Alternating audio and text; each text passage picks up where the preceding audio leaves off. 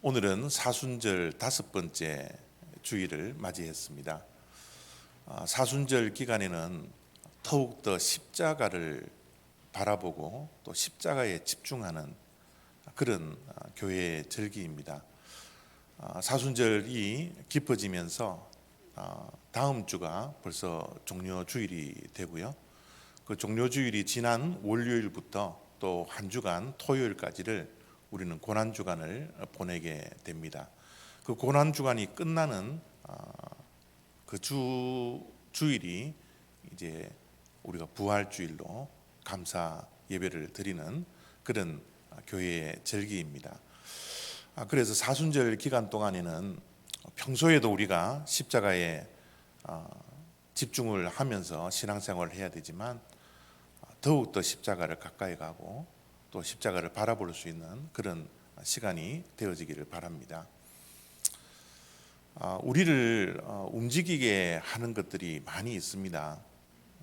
우리가 어렸을 때는 사탕 하나 주면 우리가 삐죽삐죽거리더라도 노래 부르게 되죠. 사탕 하나가 우리를 움직였을 그때가 있었습니다. 그런데 우리가 나이가 조금 들면서 사탕 같은 것에 움직이지 않고요, 책임의식, 의무감, 이런 것 때문에 우리가 움직이게 되는 거죠. 거기에서 더 이제 우리가 성장하고 성숙하게 되면 우리를 움직이는 것들이 또 많이 있겠지만 그 가운데 우리를 움직이게 하는 것은 비전이요, 또 사랑입니다. 목표가 우리를 움직이게 합니다. 우리에게 꿈이 있기 때문에 그 꿈을 향하여서 우리가 움직여 나가고 있죠. 또한 사랑 때문에 그 사랑이 우리를 움직이게 하는 것입니다. 여러분, 십자가가 바로 꿈과 사랑이 동시에 있는 곳이에요. 그래서 십자가를 보면 우리가 움직이게 되는 겁니다. 십자가에는 하나님의 꿈이 있는 곳입니다. 하나님의 꿈은 우리를 구원하시는 거예요. 그 구원하는 하나님의 꿈이 십자가에 있기 때문에 십자가를 바라보면 우리가 또한 움직이게 되는 거죠. 십자가에는 하나님의 사랑이 있는 곳입니다. 십자가에는 하나님의 아들을 죽이시면서까지 우리를 사랑하시기 위한 그 사랑이 십자가에 있기 때문에 십자가를 볼 때마다 우리는 하나님의 사랑을 느낄 수밖에 없고, 그 사랑을 느끼는 그 마음으로, 그 믿음으로 우리의 신앙이 움직여 나가는 것이죠. 시애틀에 있는 이 권준 목사님이 이런 말씀을 했습니다. 사람을 움직이게 하는 것은 비전이 아니라 사랑입니다. 물론 우리를 움직이는 것이 비전과 사랑이 우리를 움직이게 하지만 비전보다는 우리를 움직이게 하는 것이 사랑이 더 강력한 힘을 가지고 있습니다. 그렇게 권준 목사님이 말씀하는 것을 제가 들은 적이 있습니다. 오늘 우리가 읽었던 로마서 말씀은 십자가의 사랑, 우리를 움직이게 할 수밖에 없는 그 하나님의 그 사랑, 그 사랑에 대해서 말씀을 하고 있는 사도 바울의 말씀이죠. 8절을 봅니다. 우리가 아직 죄인 되었을 때에 그리스도께서 우리를 위하여 죽으심으로 하나님께서 우리에 대한 자기의 사랑을 확증하셨느니라. 십자가에 담겨져 있는 하나님의 사랑은요, 여러 가지 의미가 많이 있습니다. 하나님의 능력이 담겨져 있고요, 하나님의 지혜가 담겨져 있고요. 그런데 그 십자가의 메시지, 그 십자가의 가장 큰 의미는 하나님의 사랑입니다. 그것도 다른 메시지가 아니라 하나님이 나를 사랑하는 메시지. 누구보다도 너를 사랑한단다. 누구보다도 나를 사랑한단다. 하나님의 아들 예수 그리스도를 죽이면서까지 너를 사랑한단다 라는 메시지가 십자가에 담겨져 있습니다. 십자가는 하나님의 사랑 이야기입니다. 하나님의 사랑 이야기인데 이 사랑 이야기는 남을 사랑하는 사랑 이야기가 아니라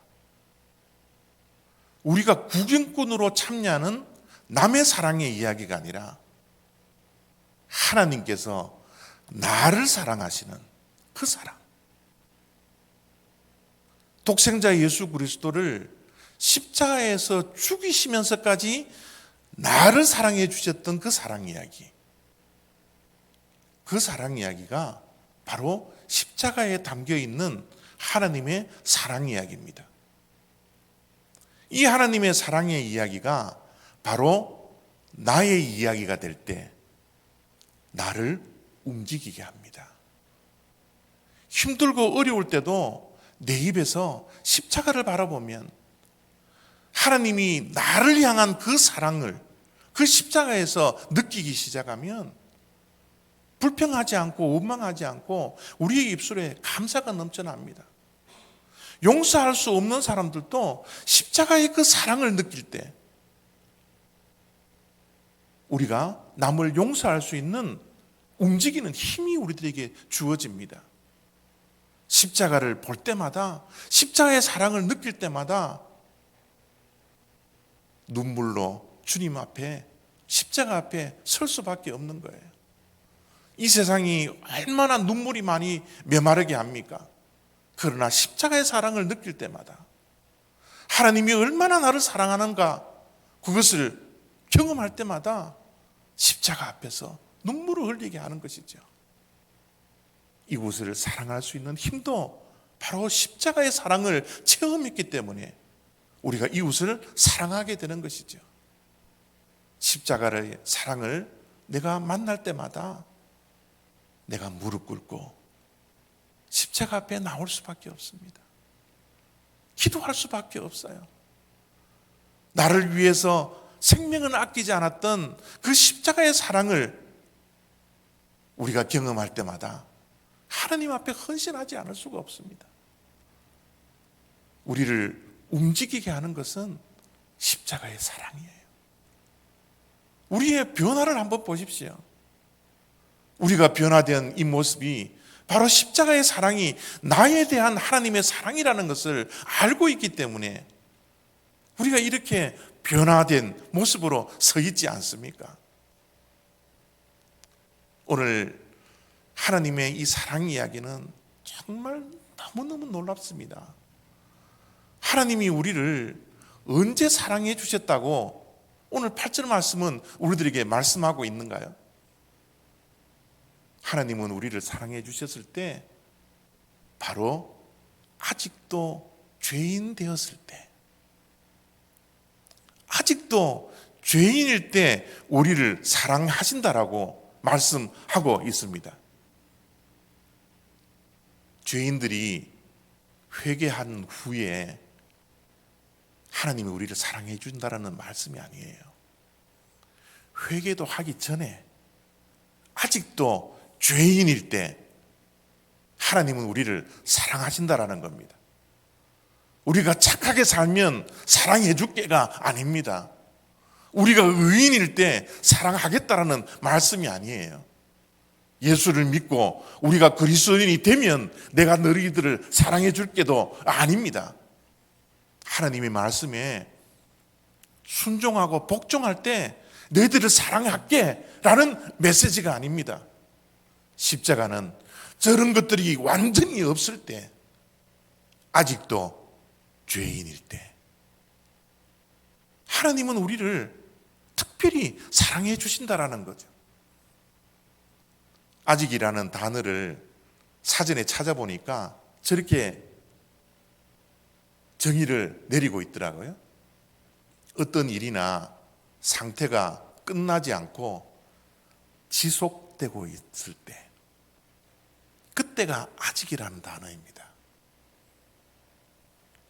우리가 죄인인 상태 그대로일 때,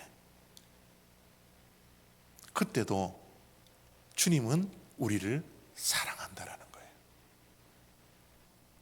과거도 죄인이었고 예수님을 믿고 여전히 믿는다고 하면서도 죄를 짓고 있는 우리들, 이 죄투성이인 우리들, 지금도 여전히 하나님은 사랑하고 계십니다. 이것이 십자가의 사랑이에요. 죄가 있든지 죄가 없든지 의인이든지 악인이든지 하나님은 죄인일 때, 여전히 죄인일 때, 아직도 죄인일 때 예수 그리스도를 십자가에 못 박게 하시는 그 죽으심을 통하여서 우리를 사랑한다라는 그 사랑 이야기가 바로 십자가의 사랑 이야기입니다. 나 같은 죄인까지도 여전히 죄를 짓고 있는 이 죄인까지도 독생자를 죽이시기까지 우리를 사랑하시는 그 사랑, 그 사랑이 십자가의 사랑이라고 말씀하고 있습니다. 하나님의 사랑은 정말 특별한 사랑이에요. 죄인일 때, 아직도 죄인일 때도 우리를 사랑해 주셨지만, 우리가 언제 또 어떤 상태에 있을 때도 하나님께서 사랑하신다라고 말씀하고 있습니까? 우리가 아직 연약할 때에, 우리가 아직 연약할 때에 기약대로 그리스도께서 경건하지 않은 자를 위하여 죽으셨도다. 이 세상은 정말 치열한 경쟁 사회입니다. 우리가 살고 있는 사회는 경쟁 사회예요. 경쟁 사회에서 살아남기 위해서는 힘센 자들이 되어야 합니다. 남들보다 더 힘세져야지 우리가 살아남을 수 있어요. 남들보다 더 많이 배워야 우리가 살아남을 수 있습니다. 남들보다 더 많이 가져야 우리가 살아남을 수 있는 경쟁 사회에 우리는 살아가고 있습니다. 우리의 모든 관심은 힘 있는 자, 더 많이 가진 자, 더 있는 자, 그들에게 매력을 느끼고 가까이 가고 그들을 좋아하고 그들을 따르지만 하나님은 그러지 않더라고요. 하나님은 강한 자에게 매력을 느끼지 못합니다. 하나님은 많이 가진 자에게 매력을 느끼지 못해요. 하나님은 힘없는 자, 불쌍한 자, 가난한 자, 없는 자, 연약한 자, 그들을 하나님은 더 사랑하시더라고요. 하나님이 언제 예수 그리스도를 십자가에 못 박혀 죽이게 하셨습니까? 우리가 아직 연약할 때. 이 연약함이라는 단어는 우리의 육신적인 연약함도 포함될 수 있지만 영적으로 연약할 때, 세상이 우리를 유혹해서 우리가 넘어질 수밖에 없을 그 연약할 때, 우리의 신앙이 약해 있을 때, 전혀 우리가 경건한 모습들을 드러내지 못할 때, 경건의 능력이 우리의 삶 속에 없을 그때도 주님은 우리를 사랑해 주셨다라는 거예요. 전혀 기대할 것이 없습니다. 전혀 하나님께서 우리에게 기대할 것이 없음에도 불구하고 그때도 주님은 우리를 사랑해 주신다라는 거죠. 우리가 세상에 살 때 기대할 것 없으면 포기해버립니다. 포기해버리면 쉽죠. 그러나 하나님은 포기하지 않으세요. 우리가 죄에 넘어져 연약한 모습으로 하루하루를 영적으로 살아갈 때도 주님은 우리를 포기하지 않으세요. 예수님의 마음을 품고 예수의 심장으로 날마다 십자가를 바라보며 하루하루를 살아야 됨에도 불구하고 우리의 신앙이 연약해서 넘어져 있을 때도, 예수님의 마음을 품지 못하는 그 시간을 가질 때도 주님의 사랑은 여전히 우리를 포기하지 않고 우리를 사랑해 주신다라는 거예요. 연약하다라는 이 표현은 우리가 성장하지 못하면 우리가 연약하다라는 이런 표현을 씁니다. 우리가 성장하지 못하고 어린아이가 부모의 전적으로 의지해서 살아갈 때, 갓난아기일 때 한번 생각해 보세요. 연약하기 짝이 없죠. 엄마가 주는 젖을 먹지 않으면 살아남을 수 없는 그런 갓난아기, 기저귀를 차고 연약하게 살아갈 때 그 어린아이 때를 생각해 보세요. 부모들은 그 연약한 그 갓난아기를 더욱더 사랑합니다. 젖을 먹어야 사는 그 아이, 그 연약한 아이, 성장하지 않았던 그 아이, 부모의 손이 꼭 필요한 그 아이, 기저귀를 갈아줘야 생존할 수 있던 그 가난아기 때 부모님이 그 자녀를 더욱더 사랑하지 않습니까? 무조건적으로 사랑하지 않나요?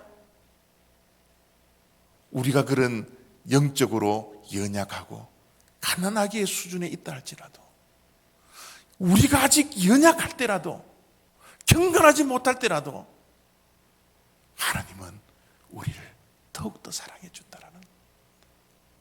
이 메시지가 십자가의 사랑에 대한 메시지 아닙니까? 하나님의 특별한 사랑은 여기에 그치지 않습니다. 우리가 원수 되었을 때에 그의 아들의 죽으심으로 말미암아 하나님과 화목하게 되었은지요. 여러분, 혹시 원수 같은 사람을 사랑해 보셨나요? 사랑은 못하고 원수를 위해서 기도하라 그랬으니 원수를 위해서 기도한 자리에 앉아본 적이 있습니까? 쉽지 않습니다. 원수를 사랑하라고요? 원수를 위해서 기도하라고요? 원수를 위해서 축복을 하라고요? 보통 사람은 쉽지 않아요. 그러나 우리가 하나님의 원수가 되었을 때 하나님은 우리를 사랑해 주십니다.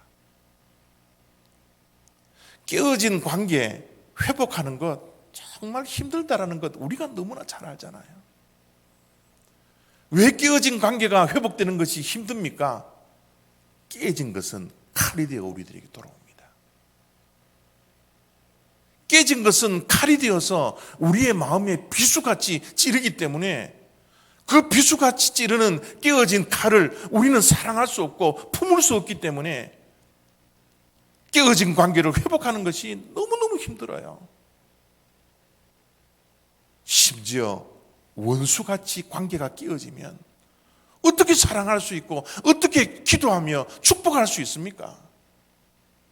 그러나 하나님은 원수 같은 자들을 위해서 독생자를 이 땅에 보내주시고 십자가에 죽이시면서까지 사랑해 주셨던 그 사랑이 바로 십자가의 사랑이라고 말씀하고 있는 겁니다. 사도 바울을 보세요. 하나님의 원수의 역할을 했습니다. 예수님을 믿는 자들을 다 잡아 죽이려고 살기가 등등해서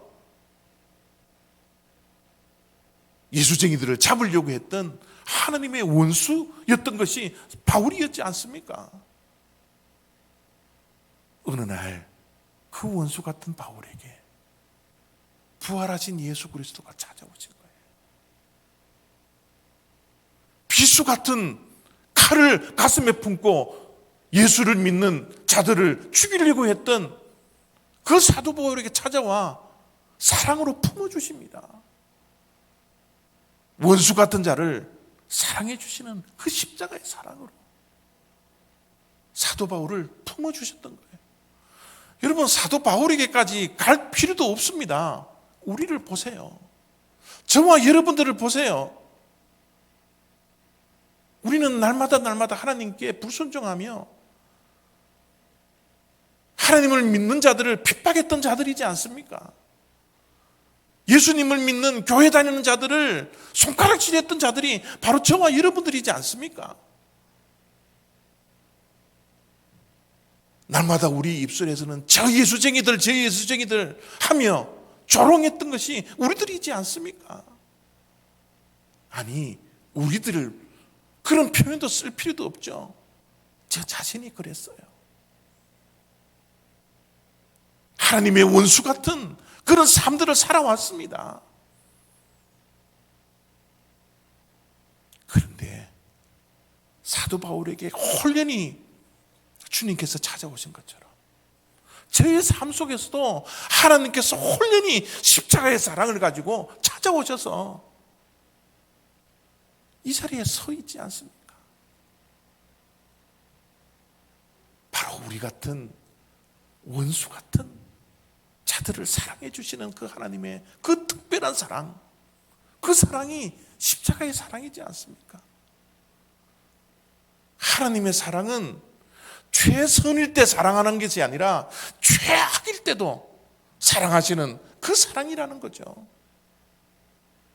우리가 최악일 때 우리에게 찾아오셔서 십자가의 사랑으로 품어주시는 그 사랑, 그 사랑이 오늘 우리가 말씀 속에서 만나는 십자가의 사랑이지 않습니까? 이 최악의 사람들을 위해서 십자가에 달려 조롱당하시고 핍박받으시고 고난당하시며 피를 흘리시며 물을 흘리시며 마지막 호흡을 다하셨던 그 십자가의 그 사랑, 그 사랑이 우리 신앙 개인의 사랑에 부딪힐 때, 터치가 될 때 주님을 위해서 움직이는 능력이 우리들에게 있지 않나요? 이 십자가의 사랑이야말로 하나님께서 우리들에게 베풀어 주신 사랑의 확증이라고 오늘 말씀해 주시고 있는 겁니다. 확증이라는 것이 무엇입니까? 확실한 증거라는 거예요. 우리를 사랑해 주시는 확실한 증거, 그 사랑은 십자가를 볼 때마다 하나님의 사랑이 그곳에 있기 때문에, 하나님의 비전이 그곳에 있기 때문에 그 십자가를 볼 때마다 우리를 움직이게 하는 그 능력과 힘이 바로 십자가에 있다라는 것. 그래서 우리가 나태해질 때마다, 그래서 우리가 하나님의 말씀에 불순종할 때마다 십자가를 바라보면 용서할 수 있는 힘이 생겨지고, 이웃을 사랑할 수 있는 힘이 생겨지고, 무릎을 꿇을 수 있는 기도가 우리에게 터져 나오고, 우리가 십자가를 볼 때마다 그 하나님의 사랑 때문에 또다시 오뚜기처럼 일어날 수 있는 힘이 우리들에게 있는 것. 그래서 오늘 찬양처럼 십자가의 그늘이 우리의 소망이 있네 라는 찬양을 우리가 부를 수 있지 않습니까? 이 사순절이 기뻐져가는 이 사순절 기간 동안 이 하나님의 사랑, 십자가에 담겨져 있는 하나님의 사랑을 확증시켰던 이 십자가 바라보고 품고 때로는 지고 주님을 따라갈 수 있는 저와 여러분 다 되시기를 바랍니다. 기도하겠습니다.